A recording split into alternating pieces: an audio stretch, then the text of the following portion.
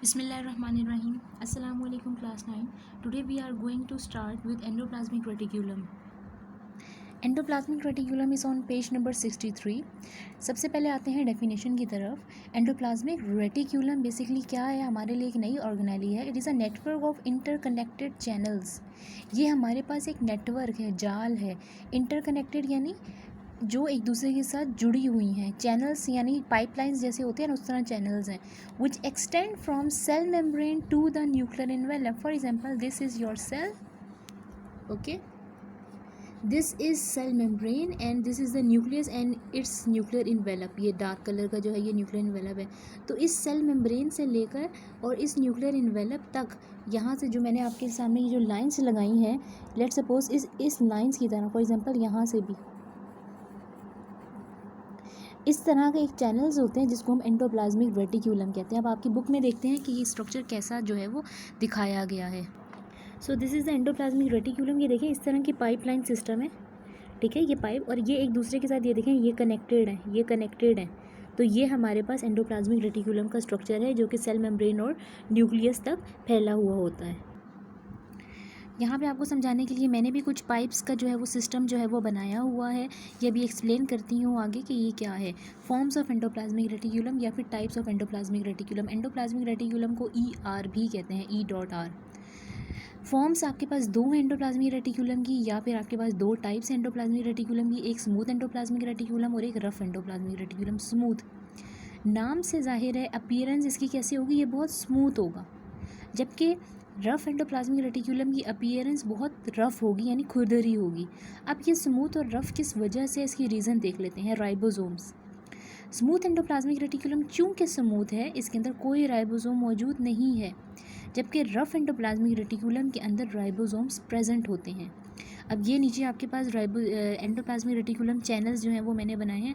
कुछ पे आपको ब्लैक डॉट्स नज़र आ रहे हैं, दीज आर राइबोसोम्स, जिसके ऊपर राइबोसोम्स मौजूद है, which it is rough endoplasmic reticulum. While the one pipelines या channels, interconnected channels which have no ribosome are smooth endoplasmic reticulum. Clear. अब स्मूथ एंडोप्लाज्मिक रेटिक्यूलम के अलग फंक्शंस हैं, रफ एंडोप्लाज्मिक रेटिक्यूलम के अलग फंक्शंस हैं. ये तो हमें पता है. राइबोसोम्स क्या काम करते हैं, प्रोटीन सिंथेसिस करते हैं. इसीलिए रफ एंडोप्लाज्मिक रेटिक्यूलम का भी वही काम होगा, क्योंकि उसके ऊपर तो राइबोसोम्स मौजूद हैं. राइबोसोम्स प्रोटीन बनाएगा. लेकिन स्मूथ एंडोप्लाज्मिक रेटिक्यूलम के थोड़े से फंक्शंस डिफरेंट हैं. ये लिपिड मेटाबॉलिज्म करता है, ट्रांसपोर्ट करता है, इसके अलावा डिटॉक्सिफिकेशन करता है. लिपिड मेटाबॉलिज्म का मतलब होता है ब्रेक डाउन. ठीक है, जब फॉर एग्जांपल हम कोई चीज़ खा लेते हैं, कोई ऑयली चीज़ खा लेते हैं, अब वो लिपिड्स हमने खा ली हैं, अब वो लिपिड्स की ब्रेक डाउन कैसे होगी, स्मूथ एंडोप्लाज्मिक रेटिक्यूलम के अंदर. Transport of material, for example हमारे सेल के अंदर कोई चीज़ है जो कि आगे ट्रांसफ़र करनी है किसी दूसरे सेल में, तो वो किसके ज़रिए होगी, इस एंडोप्लाज्मिक रेटिक्यूलम के ज़रिए. Similarly detoxification. डिटॉक्सी का मतलब है कि आप किसी हार्मफुल ऑब्जेक्ट को लेस हार्मफुल में कन्वर्ट करो, या फिर उसको अपनी बॉडी से ही निकाल के बाहर फेंक दो. This process is known as detoxification, और ये डिटॉक्सिफिकेशन आपके स्मूथ एंडोप्लाज्मिक रेटिक्यूलम के ज़रिए होती है. Now come to next topic, Golgi operators. It is on page number 64. Discovery इनकी जो है वो किसने की थी, कैमिलो गोल्जी एक साइंटिस्ट था जिसने हमें गोल्जी ऑपरेटर्स जो है, ऑपरेटर्स मतलब ये नहीं है कि ये आपकी लैब का ऑपरेटर्स है, बेसिकली ये एक ऑर्गेनेली का नाम है जो कि सेल के अंदर मौजूद होती है. इसका स्ट्रक्चर कैसा है वो भी हम देखते हैं. कैमिलो गोल्जी एक साइंटिस्ट था. अब गोल्जी उसका नाम था और उसने ये डिस्कवर किया था, इसीलिए हमने उसका नाम गोल्जी ऑपरेटर्स रख दिया है. और इस कैमिलो गोल्जी को 1906 में नोबेल प्राइज़ दिया गया था फिजियोलॉजी और मेडिसिन में, क्योंकि उसने ऐसा काम करके दिया था जो आज से पहले किसी साइंसदान ने नहीं किया था. ठीक है, डेफिनेशन की तरफ चलते हैं. It is a set of flat disc which are known as cisternae. Flat disc क्या है, फॉर एग्जाम्पल इस तरह की डिस्क है, इस तरह की कुछ डिस्क हैं. ये आपकी मैं बुक में दिखाती हूँ, आपकी डायग्राम बनी हुई है पेज 64 पे. दीज आर गोल्जी ऑपरेटर्स, ये आपकी गोल्जी बॉडीज़ हैं. ये डिस्क देखें, एक के ऊपर एक करके जो है वो डिस्क इस तरीके से रखी हुई है. इसके आगे से क्या स्ट्रक्चर है वो भी हम सारा एक्सप्लेन करते हैं. सिस्टर्नी जो है वो क्या है, ये तमाम के तमाम डिस्क जो एक दूसरे के ऊपर जो है ढेर लगा कर रखी होती हैं या सेट होता है इनका, जिसको हम सिस्टर्नी कहते हैं। गोल्जी कॉम्प्लेक्स क्या चीज़ है, बहुत सारी सिस्टर्नी, एक ये सिस्टर्नी, एक ये सिस्टर्नी, एक ये सिस्टर्नी, जब आप इसको मिक्स करेंगे तो ये क्या बन जाएगा, गोल्जी कॉम्प्लेक्स बन जाएगा। कॉम्प्लेक्स यानी बहुत ज़्यादा पेचीदा चीज़। तो इन तमाम चीज़ों को जब आप इकट्ठा पढ़ेंगे तो ये कॉम्प्लेक्स बन जाएगा। फंक्शंस की तरफ आते हैं।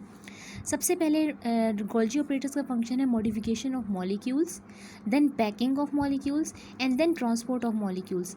मॉडिफिकेशन ऑफ मॉलिक्यूल्स, कोई भी मॉलिक्यूल रफ एंडोप्लाज्मिक रेटिक्यूलम से जो निकलता है। अब रफ एंडोप्लाज्मिक रेटिक्यूलम में क्या होते हैं, राइबोसोम्स होते हैं, जिसकी वजह से वो रफ होता है। और उसका फंक्शन क्या है, मैंने भी पीछे ही आपको बताया है, प्रोटीन बनाता है, प्रोटीन सिंथेसिस। यहाँ पर प्रोटीन बन गई, प्रोटीन बनने के बाद वो आगे मॉडिफाई हो रही है, यानी उसको टुकड़ों में टूटना है या जहाँ ट्रांसफ़र होना है वो कहाँ हो रही है, इस गोल्जी ऑपरेटर्स में, यानी इस सिस्टर्नीस में। Now packaging of molecules, packaging of molecules या पैकिंग ऑफ मॉलिक्यूल्स का क्या मतलब है, अब ये मॉडिफाई हो गए हैं मॉलिक्यूल्स, अब ये मॉलिक्यूल्स जो हैं वो वेजिकल्स बन रहे हैं। जैसे फॉर एग्जांपल हर एक वेजिकल यानी एक छोटा सा मॉलिक्यूल, एक छोटा सा बैग जिसके अंदर कोई ना कोई चीज़ भरी हुई है। एक मैंने छोटा सा बैग बनाया है और जिसके अंदर मेरे तमाम रफ एंडोप्लाज्मिक रेटिकुलम से जो प्रोटीन बनी थी वो भरी हुई है और मॉडिफाई हो चुकी है, जिसको मैं गोल्जी वेजिकल्स कह रही हूँ। चूँकि यहाँ से इसके अंदर से गोल्जी वेजिकल्स बनते हैं और इसी की दीवारों से बनते हैं, तो इसके अंदर जो प्रोटीन होती है इसको हम गोल्जी वेजिकल्स का नाम देते हैं। ट्रांसपोर्ट ऑफ मॉलिक्यूल, अब आपका फॉर एग्जांपल यहाँ से एक वेजिकल बन के हट गया, बाहर आ गया है गोल्जी ऑपरेटर से। अब क्या पता इसने सेल से बाहर जाना हो सकता है इसने न्यूक्लियस के पास जाना हो, डिपेंड करता है, हो सकता है इसने वैक्यूल के पास जाना हो। अगर इसने सेल से बाहर जाना है तो ये move out of the cell, cell से बाहर भी जा सकता है, या फिर move in the form of secretions, या फिर इसने दूसरे सेल के अंदर ट्रांसफ़र होना है सिक्रीशन के तौर पे, तो ये वहाँ पर भी जा सकता है।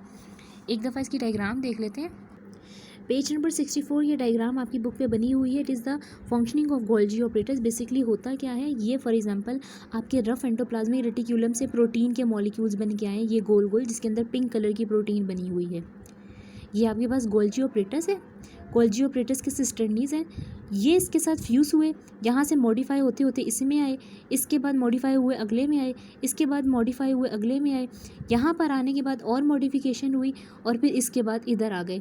कुछ हमारे जो मॉलिक्यूल्स हैं वो क्या हुए, उन्होंने ना बाहर निकलने के लिए सिक्रीशंस बनाई हैं कि उन्होंने सेल से बाहर जाना है, वो यहीं से आए मॉडिफाई होकर और हमारी सेल मेम्ब्रेन या प्लाज्मा मेम्ब्रेन कह सकते हैं, प्लाज्मा मेम्ब्रेन के साथ फ्यूज़ होंगे और चीज़ें बाहर फेंक देंगे।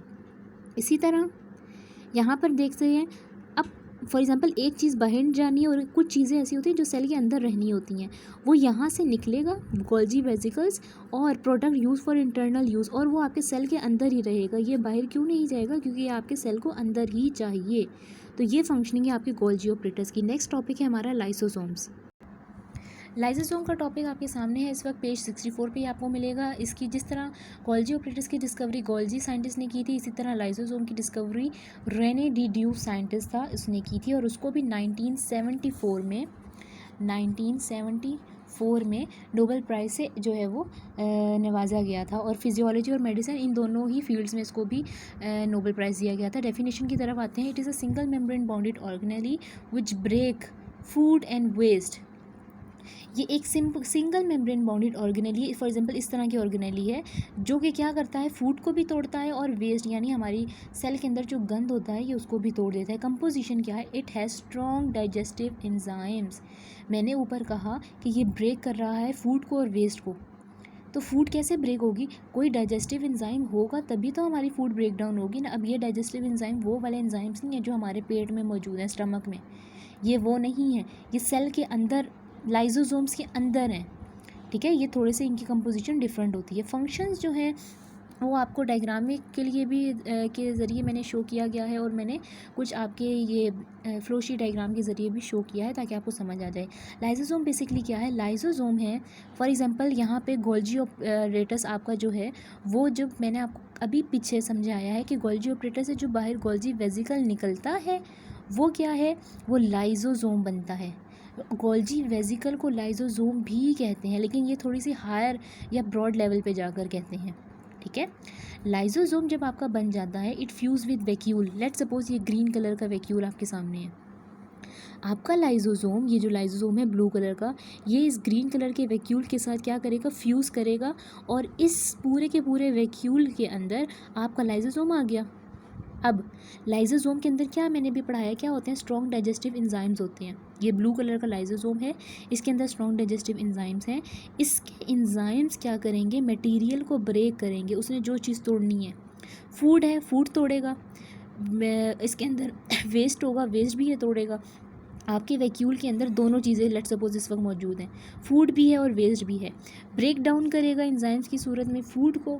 ये लेट्स सपोज स्टार्ट्स आपकी फूड है जो कि आपके सेल में चाहिए। ये फूड वैक्यूल आपके सेल के अंदर ही रहेगा, जबकि ये जो वेस्ट है, वेस्ट आपके सेल के अंदर से बाहर चला जाएगा। ठीक है, ये आपकी ये प्लाज्मा मेम्ब्रेन है ना, प्लाज्मा मेम्ब्रेन के ज़रिए ये आपकी बॉडी से या आपके सेल की बॉडी से एक्सक्रीट आउट हो जाएगा। तो ये सारी की सारी जो है वो आपके पेज नंबर 64 पे भी एक डायग्राम है, वो भी देखते हैं। So this is the diagram, it is on page number 65। ये these are Golgi operators. Golgi operator से जो वेजिकल निकला है उसको हम प्राइमरी लाइजोसोम कहेंगे। प्राइमरी लाइजोसोम क्यों कहेंगे, क्योंकि अभी ये बना है, नया नया बना है। इसके बाद हमारे पास ये वैक्यूल है, वैक्यूल के अंदर एक मटेरियल है जिसको हमने तोड़वाना है लाइजोसोम से। लाइजोसोम आपके वैक्यूल के साथ फ्यूज़ कर जाएगा, और लाइजोसोम्स के अंदर कौन से डाइजेस्टिव एंजाइम्स हैं, ये दोनों फ्यूज़ कर जाएंगे। ये फ्यूजन आपके सामने, दोनों मिक्स हो गए, ये इसके अंदर जा चुका है वैक्यूल के अंदर। अब यहाँ जाकर इस लाइजोसोम ने अपना काम दिखाना शुरू किया, इसके डाइजेस्टिव एंजाइम्स एक्टिव हो गए और इस ब्लू वाले मॉलिक्यूल को तोड़ दिया। पीसेस ऑफ टारगेटेड मटेरियल, इसको पीस कर दिए। अब डिपेंड करता है पीस करने के बाद या तो ये सेल के अंदर ही रहे अगर ये सेल के लिए नुकसानदेह नहीं है, या फिर ये सेल के अंदर से बाहर निकाल दिया जाएगा प्लाज्मा मेम्ब्रेन के ज़रिए बाहर से। ठीक है, यहाँ पे I think formation and function of lysosome आपको क्लियर हो गया होगा। आज का टॉपिक यहीं तक था। अब आ जाते हैं अपने होमवर्क की तरफ। एक्सरसाइज की आज हमारे 2 लॉन्ग क्वेश्चंस बन रहे हैं, एक question number 4 and question number 5। Describe the structure and function of endoplasmic reticulum and Golgi apparatus.